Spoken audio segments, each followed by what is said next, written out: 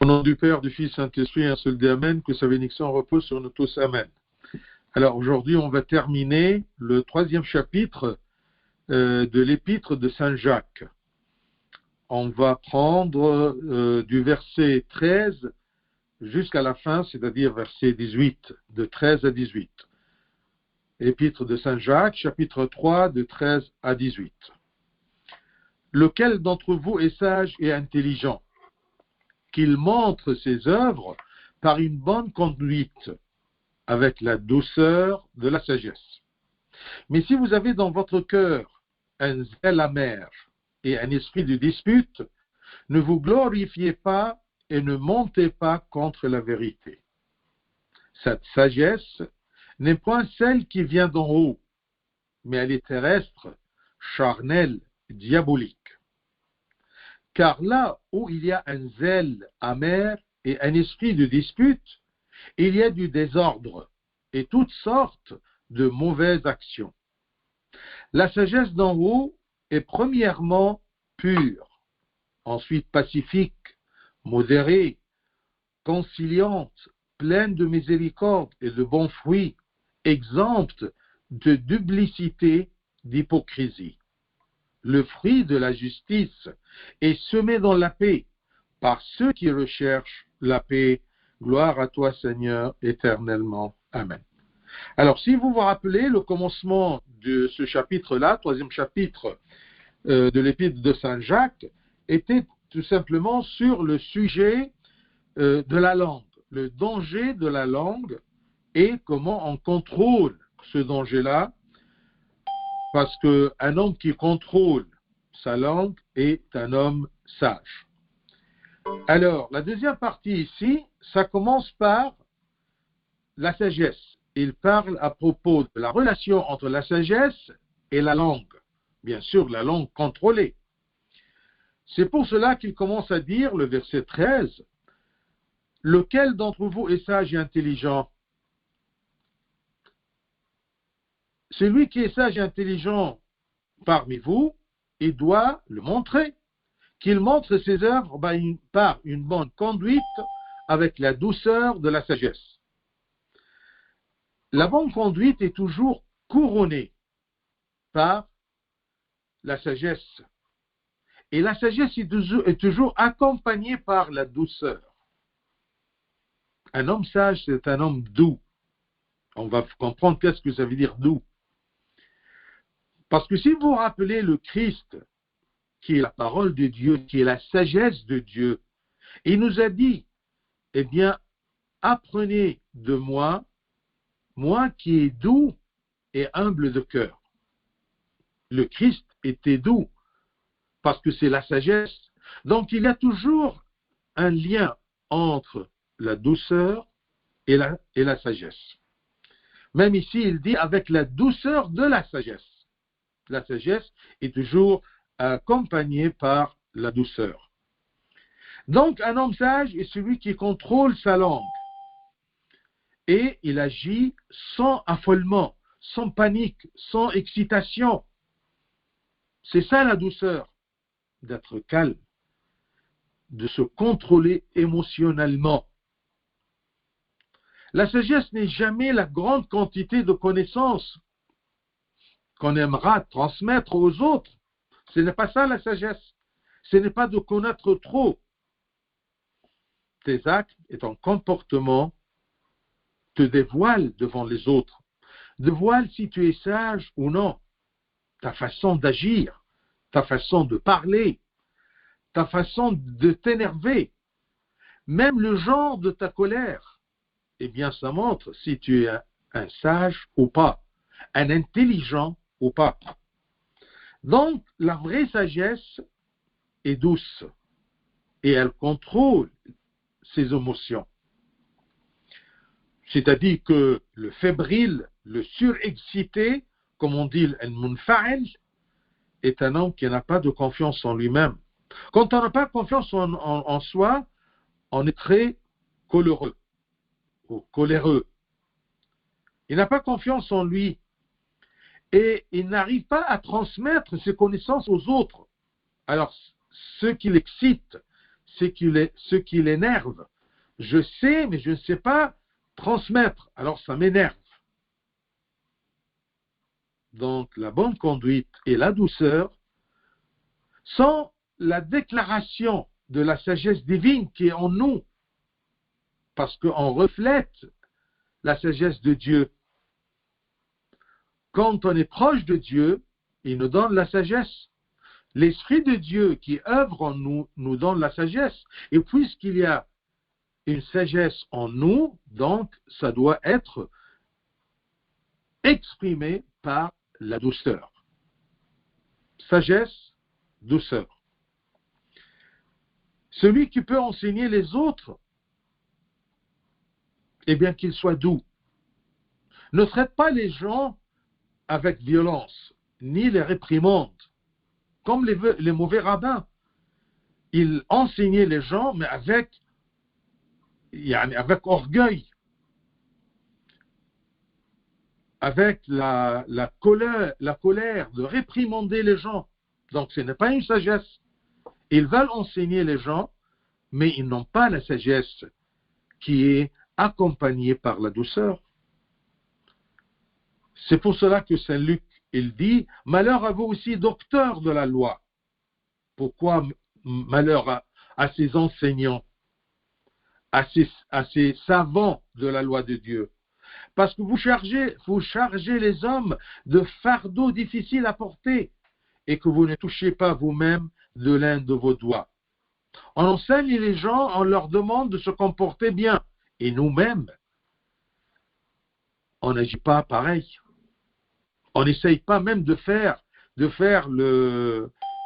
l'effort de montrer le bon exemple à ces gens-là qu'on enseigne.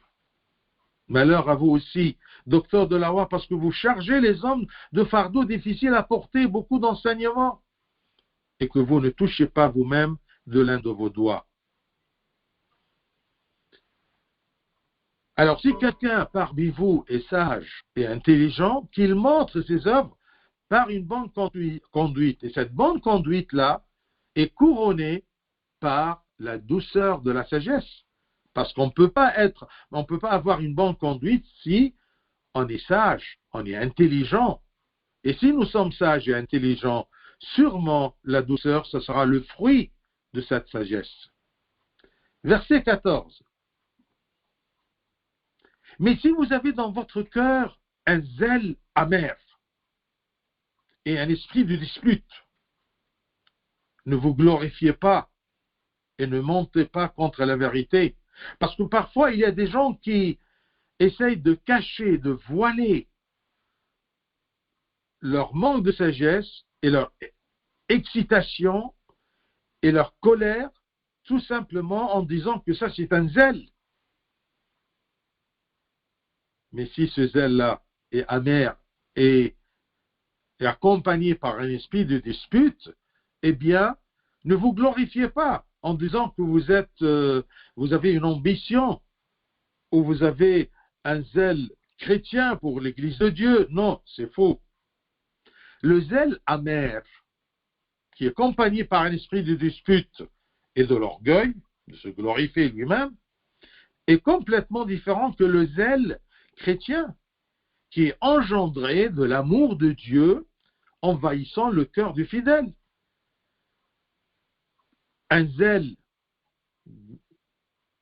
aimé par Dieu, c'est un zèle qui est engendré, qui est le fruit de l'amour de Dieu qui a envahi mon cœur. J'aime Dieu, alors j'ai le zèle.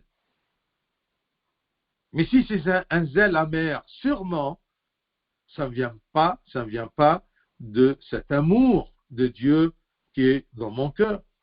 Un zèle amer, ça vient de mon orgueil, de ma façon de juger les gens. Parce que je sais, je connais et j'enseigne les autres. Alors celui qui a ce bon zèle, ce vrai zèle admiré par Dieu, s'allume bien sûr si quelqu'un insulte Dieu ou la foi chrétienne ou l'Église. Mais il le fait avec modération et sagesse. Il peut être excité contre une insulte, contre Dieu que j'aime, mais il le fait avec modération. Si son zèle est accompagné par un esprit de dispute, eh bien, ce n'est pas un zèle pour Dieu. C'est un zèle amer qui a touché mon orgueil. Parce que tu as insulté mon Dieu, quelqu'un que je suis. Ce n'est pas parce que tu as insulté Dieu. Ce n'est pas parce que j'aime Dieu. Non. C'est parce que tout simplement, tu as touché, tu as insulté quelqu'un dont je suis dans son camp. C'est différent.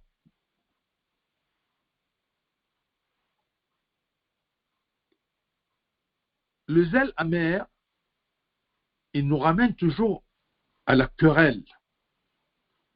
Il nous mène aux divisions et à l'esprit de parti, favoritisme ou plutôt sectarisme.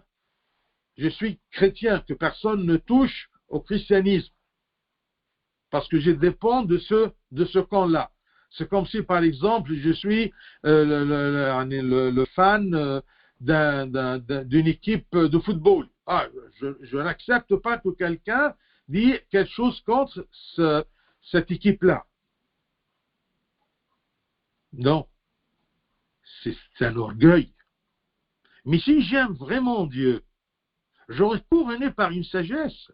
Et cette sagesse sera couronnée par une douceur.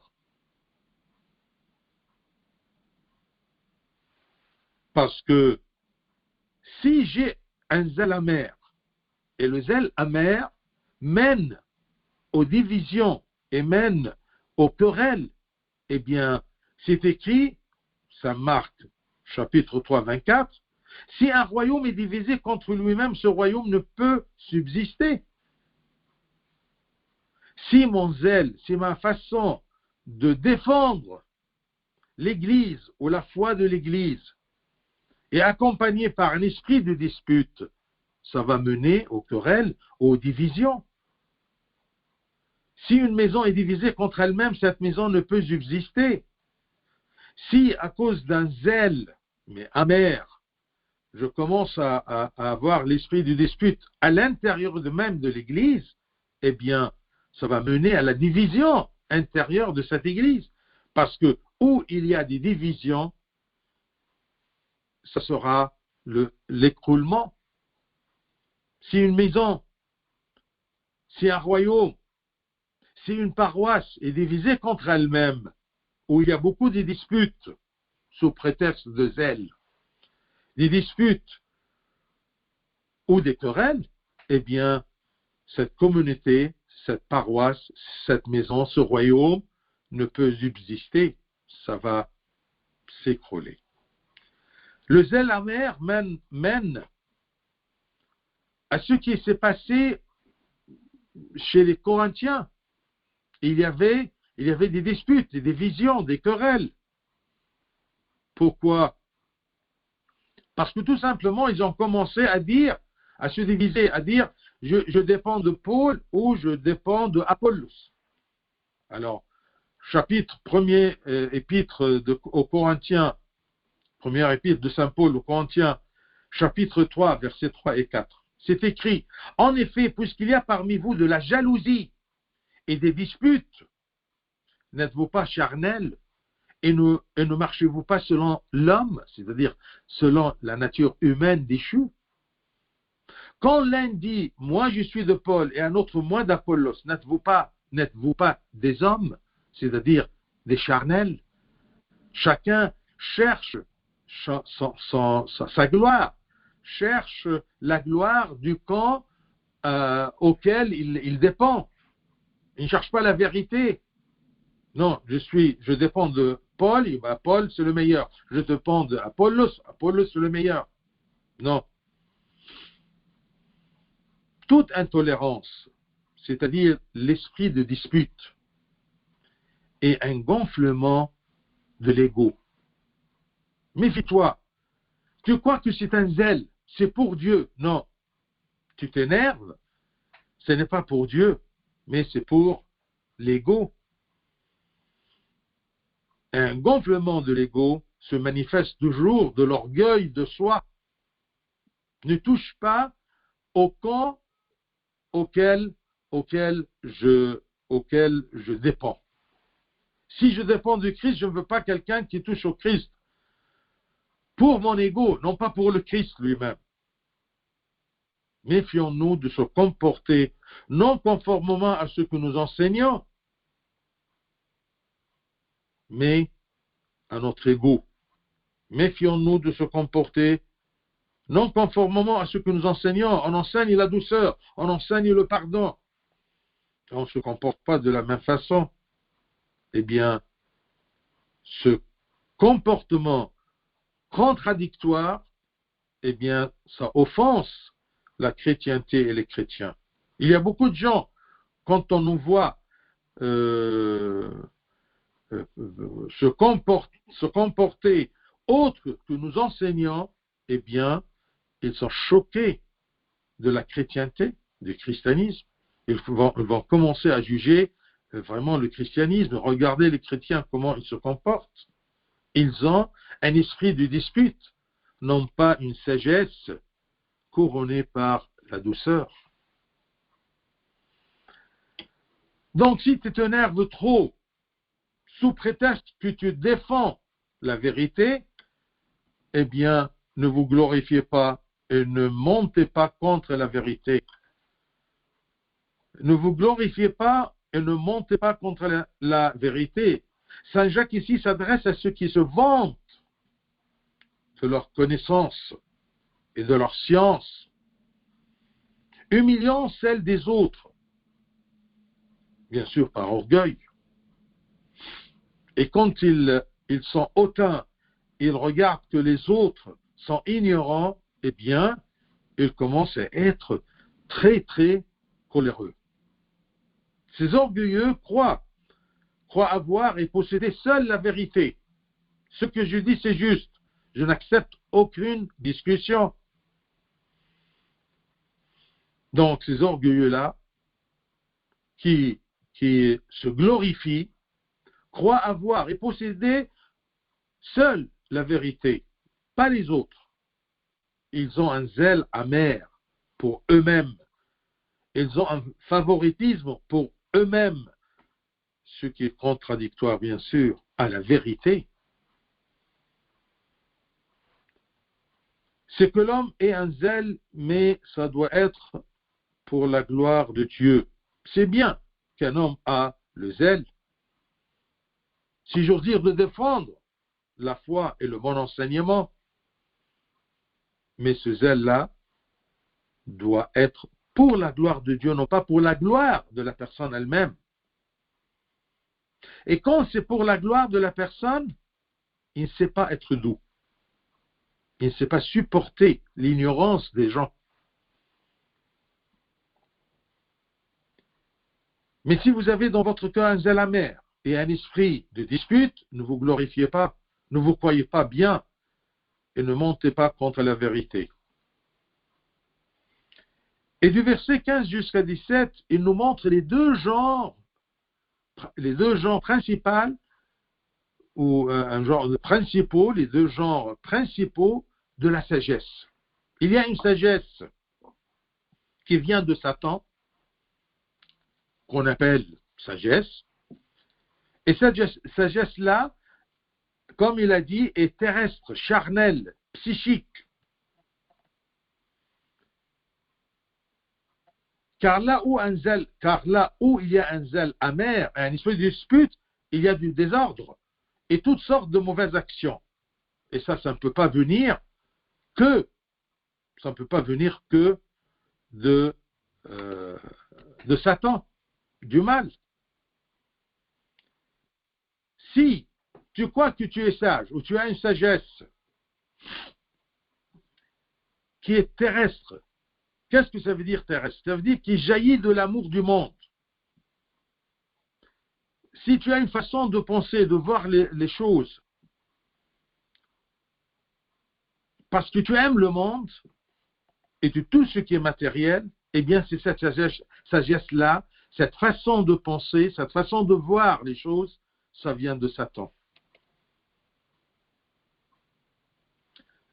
La sagesse terrestre dont il parle ici Saint Jacques, c'est une sagesse pour avoir tout ce qui est sensuel, tout ce qui est vaine gloire, tout ce qui est gain pour moi, tout ce qui est pour plaire aux hommes. Cette sagesse terrestre n'a aucune chose céleste. Il n'y a rien de céleste là-dedans. Il n'y a rien des choses célestes dans cette sagesse-là. Sagesse qui vient de Satan, elle est terrestre. Elle ne pense que à ce qui est matériel. Et c'est une sagesse aussi jaillissante de l'ego de la personne, de l'ego humain, jaillissante du vieil homme qui était en nous. Pour cela, cette sagesse-là se dirige vers la satisfaction des envies. C'est une sagesse qui planifie à gagner tout ce qui est matériel, tout ce qui est terrestre, tout ce qui est sensuel. C'est une sagesse qui mène à un enseignement aux autres.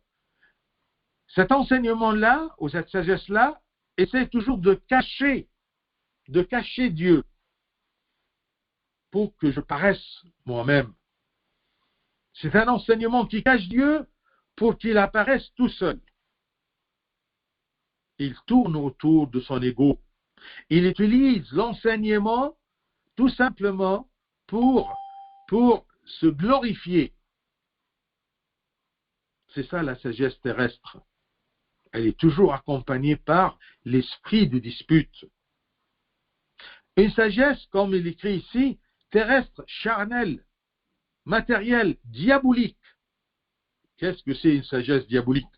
C'est-à-dire quelqu'un qui ne pense que se glorifier soi-même. Une sagesse diabolique parce que son auteur est Satan. Ça vient de Satan. Une sagesse diabolique parce que cette sagesse n'essaie que répandre l'orgueil parmi les hommes, sous le couvercle de l'enseignement.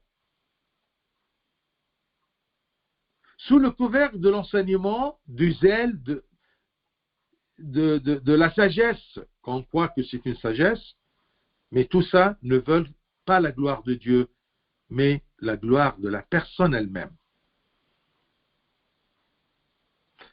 Ma façon de penser, cette sagesse que j'ai, est-ce que c'est une sagesse terrestre, diabolique, terrestre, charnelle? Cette sagesse qui est accompagnée par un esprit de dispute, cette sagesse-là n'est point celle qui vient d'en haut, ça ne vient pas de Dieu. Cette sagesse qui se trouve dans le verset 14 ne peut pas venir d'en haut, mais elle est terrestre, charnelle, diabolique. Deuxième genre de la sagesse, vous la voyez dans le verset 17. La sagesse d'en haut est premièrement la sagesse d'en haut, la sagesse qui vient de Dieu, la sagesse qui vient comme une grâce que Dieu nous donne.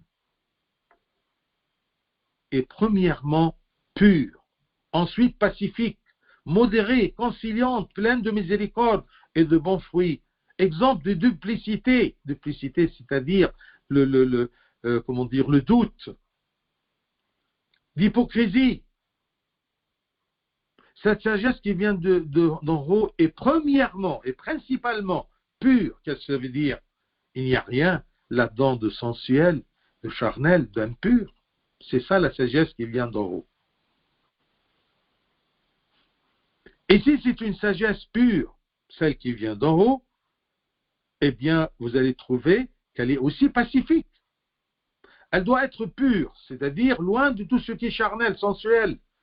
Je cherche à plaire à Dieu, je cherche à avoir mon héritage céleste.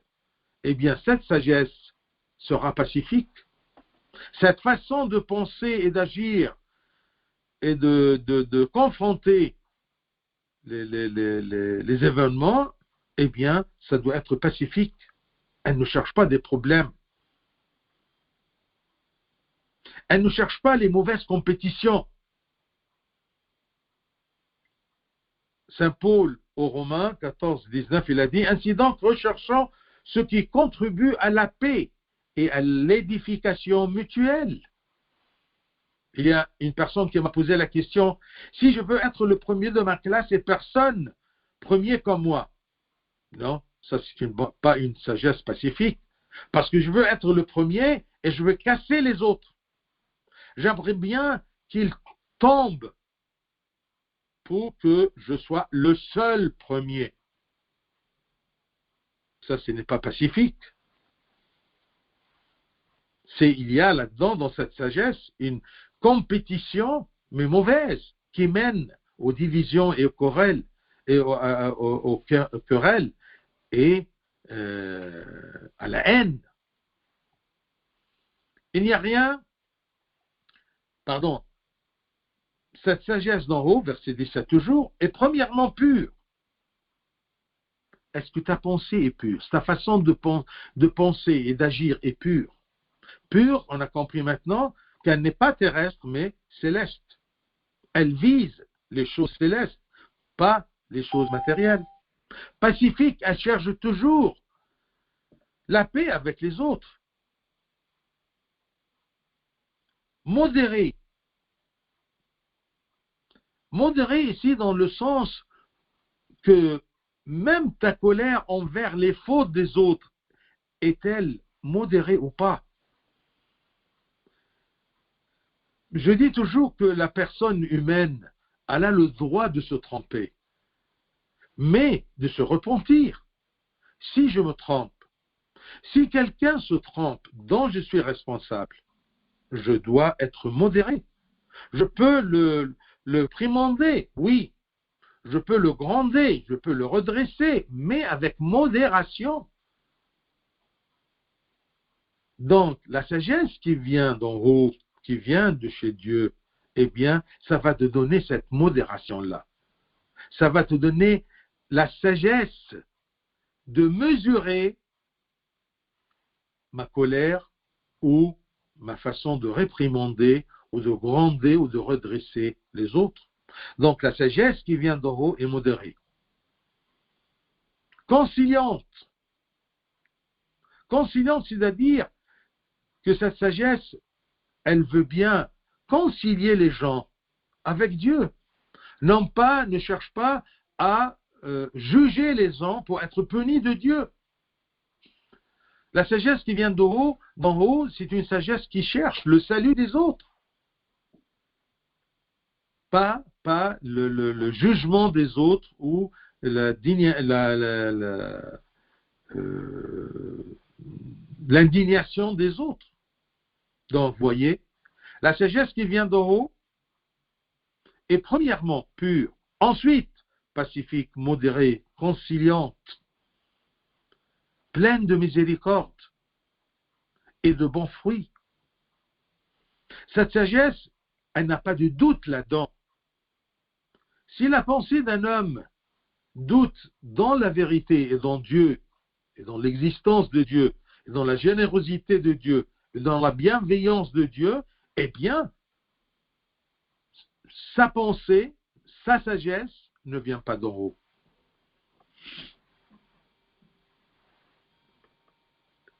Et verset 18. Le fruit de la justice est semé. Le fruit de la justice, les fruits de la vérité sont semés dans la paix, par ceux qui font la paix. Tu ne peux pas être avec un zèle amer et tu peux semer les fruits de la vérité. Ça ne marche pas. Mais si tu es un agent de paix, et tu sèmes dans la paix, tu pourras avoir des fruits de la vérité. Autrement dit, c'est-à-dire que la sagesse d'en haut sème la paix qui donne de bons fruits, qui sont les bonnes œuvres qui réjouissent le cœur de Dieu.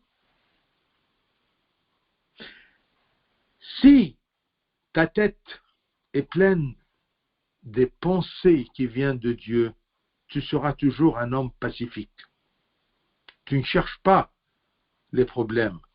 Tu t'es modéré, même dans ta colère, même ta façon de gronder les autres pour leur bien. Et eux-mêmes, ils vont le sentir.